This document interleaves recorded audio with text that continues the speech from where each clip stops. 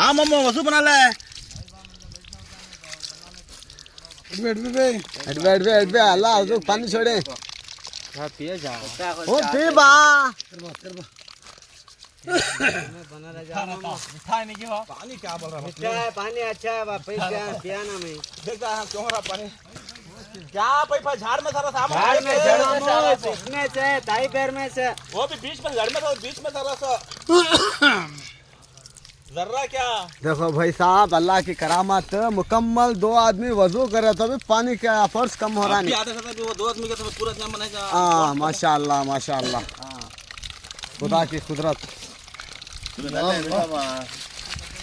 कौन भी नहीं है सिवाय अल्लाह से बड़ा। क्या कुछ कर डाल अब तो बीच मालूम होना अल्लाह से बड़ा कौन भी नहीं है। हाँ क्या तो तेरी बस यार ये देखो तुम करना अच्छा गाड़ी डाल रहा थी वहाँ